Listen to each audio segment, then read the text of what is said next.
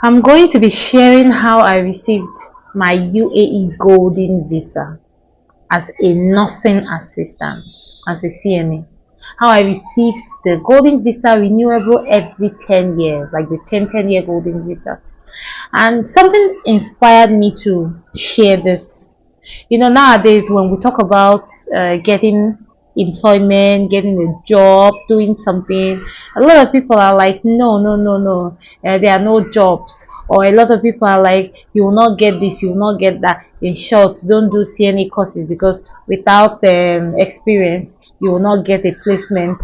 Many people have done, they didn't get, and stuff like that. And some things they are saying I cannot dispute, but I want to share this story so you know that your case is different. Like I always say, somebody might go and they'll not make it, but if you go, you will make it. Your case is what? Different. You are not the same with someone else. So let me dive into the story. I did not study nursing. I didn't. And when I came here, when I joined my husband here, I was working in the same company as him, and I was in the finance department. You get? This is just to tell you what the background was like. But during COVID, I was pregnant for my second child, which is my first daughter. So when I went to the hospital to have the baby, I saw the way the nurses were like walking, doing this, doing that, with the face masks and everything, but they were still showing up and doing what they were supposed to do. Like they were helping out, because that a lot of people had panic. A lot of people were in their houses. They were like, no, no, nobody wants to come out. Nobody wants to die of COVID. I was like, man, this is courageous. Like this is noble. Like if all of us hide in our house, how are we going to fight this COVID? How are we going to succeed? I was like, no, I really want to do this. You get? But I don't have any nursing background. Like I'm not a nurse. Where do I start from? Do I go to school for 4 years before I can come and contribute my own quota, before I can come and do something? So I started browsing, I and my husband, and we saw this nursing assistant course, this CNA course, for 4 months, every Friday for 4 months. And then you do the certification, as you write the exam, and then you can get a job. So I took this course. Every Friday we were going to Dubai, because I took the course in Dubai. We were going to Dubai, and I was doing the course, and I finished the course. And after I finished the course, I did my BLS. I'm telling you this so you know that stories are different. You get? It's not like you should go and be doing every course you see, but the fact that others didn't succeed don't mean that you yourself will not succeed. That is it. So after I finished this course, then I started looking for jobs. The hospital where I had my child, the hospital where I had my children, because I had already had the first child in that hospital, and I went back to have the second child when I realized that I want to do something to support this COVID fight. So that same hospital, I went back there and I kept on asking them, do you guys need a CNA? Do you guys need a CNA? Do you guys? They were like, okay, don't worry. When we are hiring, we are going to go, because luckily I sent my CV. Hospitals, they will not like give you access to their HR. But I sent my CV, then I called, because luckily I was lucky enough to pick up the name of that HR person, the HR lady. I called, and just the way, oh God, the way Messi is, the way God does things. When you call, because most times, like when I was a staff, when I call and I want something, they usually want me to identify myself. Like if I want to talk to HR or something, and they usually ask me, like maybe I can give them my employee code or something. But that day, nobody asked me to identify myself. I was like, please, I want to speak to Miss so person. I don't want to call her name. So they let me through, and I got connected to her, and I told her, see, I sent you a CV, and I'm just calling to follow up. I want to know, am I even qualified for the job? That's what I asked. She was like, okay, the thing is this, we don't have this vacancy now. Once we have vacancy, I will get back to you. I said, okay, no problem, but please in advance, I will be disturbing you like every two days or three days. I'm going to be forwarding that CV because I understand these things. I used to receive mails in my previous work, and sometimes when mails come, then your own will now go down. Then even if they want to call you, they will not see. So I said I'll be refreshing my mail. I'll be sending you like every 2 or 3 days. You get, and that's what I was doing every morning. That's once in every 3 days in the morning before she gets to work, exactly toward the time when she's going to work, I send it so that when she opens her mail, my own will be the first one there. You get.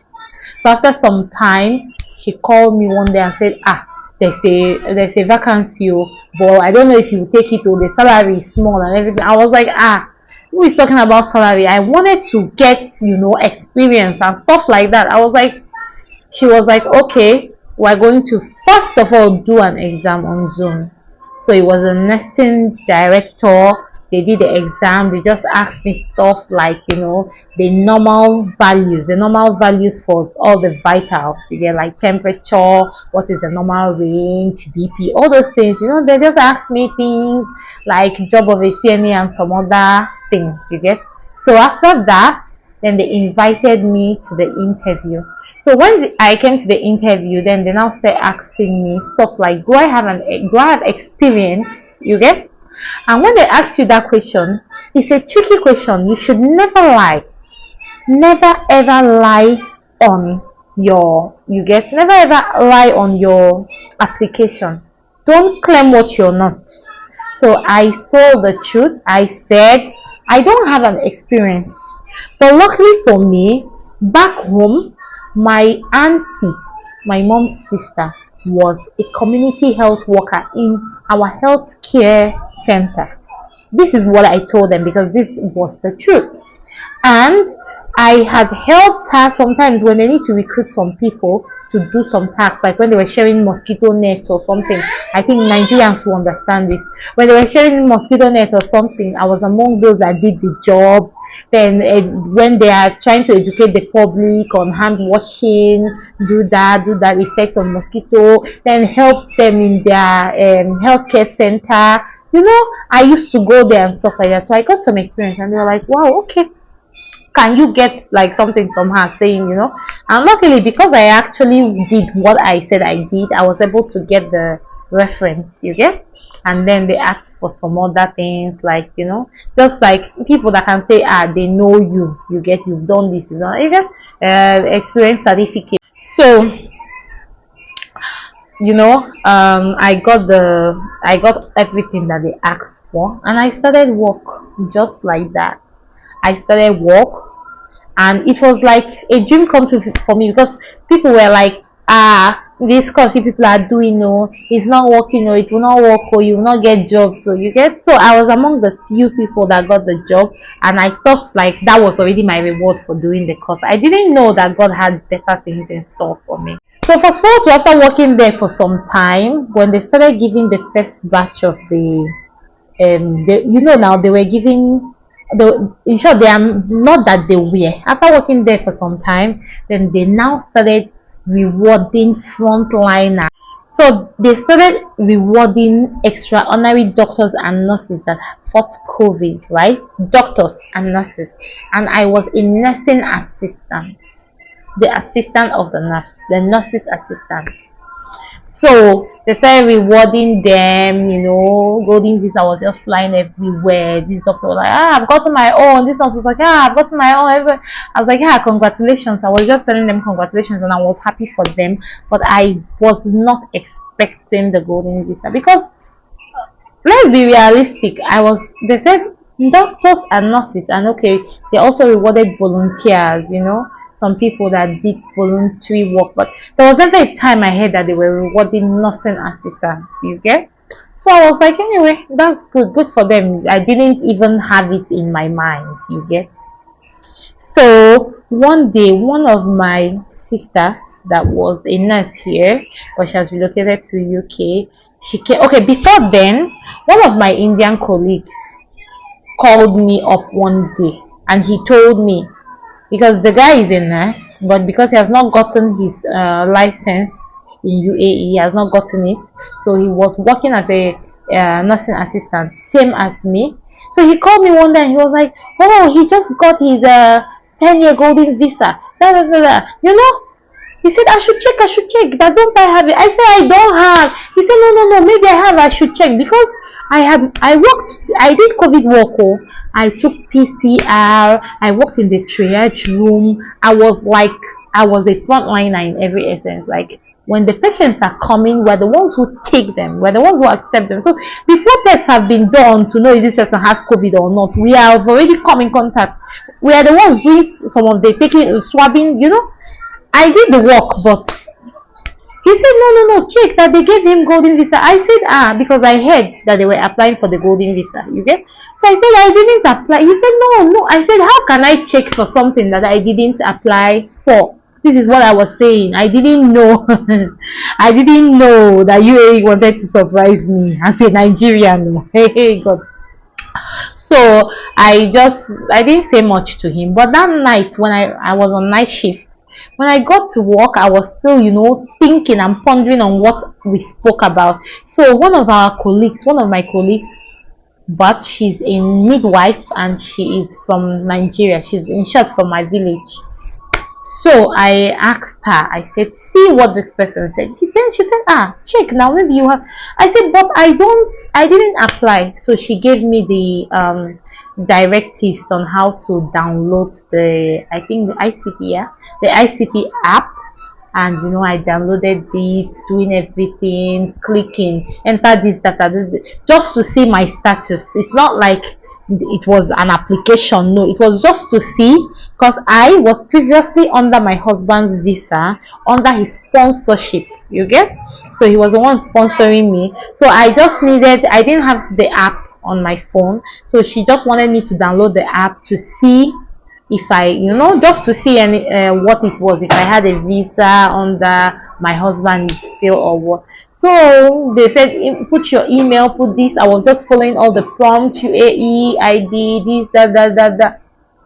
Finally, when the thing opened, I saw the golden visa, my golden visa, like my own golden visa, 10 years. 10 years, yes, it was. This story happened. This golden visa, I got it 2022 and it will expire in 2032. Not that it will expire in 2032, I will now go and renew. It is not like after 2032 they will collect back that thing. No, it is renewable every 10 years. So that is how I got my golden visa, as a nursing assistant, as a Nigerian, as an African. Do not underestimate yourself. Do not underestimate yourself. You see, this country, you have to be positive about this country because there are a lot of positive things. See, let me tell you something. Most times you attract what you're thinking. So if your mind is telling you that this is the country where I will get favored, you have that mentality. This country will favor me, you have that mentality. It will work for you. So most times, always have this mentality that you will be favored, that you are different. Yes, some people will be like, this is happening to others. What is it? Are you special? Are you different? Yes, I am special. Yes, I am different. I am different. I am different. I am different. Tell yourself that I am what? Different. I am different. So that is it. That is how I became a golden visa holder.